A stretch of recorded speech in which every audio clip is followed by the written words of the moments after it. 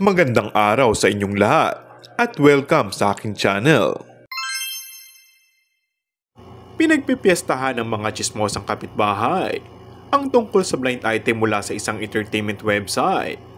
Nang maibahagi naman ito sa isang portal, naging guessing game naman ito sa mga sawsawera.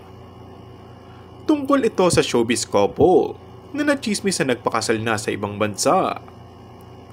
Nagbigay pa ng clue sa blind item na si male partner raw ay bukod sa isang aktor ay isa ring matagumpay na businessman. Dati rin daw may issue ito sa makikipagrelasyon sa kanyang ex na sa ngayon daw ay malaki na ang level of maturity. Wala na rin daw alingas-ngas na nababalitaan dito hingil sa pambababae dahil tila kontento na ito sa kanyang current girl.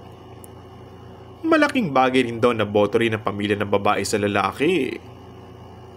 Tinumbok naman ng mga Marisol na ang tinutukoy daw sa blind item ay ang magjowang sina Kim Chiu at Paolo Avellino na nasa kasalukuyang nasa ibang bansa.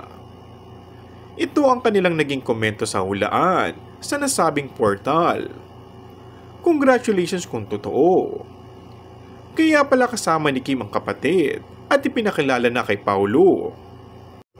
Congrats! At mukhang seryoso na talaga si Paolo. Hopefully maging successful marriage nila. Kung sila man ang tinutukoy at kung totoo man ang swerte ni Paolo. Kung true ito, good for them. Simula nung naging sila, tahimik buhay ni Paolo. Di tulad ng previous relationships niya, laging meron chismis na naliling sa ibang girl. Kung bago ka lang sa akin channel ay mag-subscribe at pindutin na rin ang notification bell. Maraming salamat!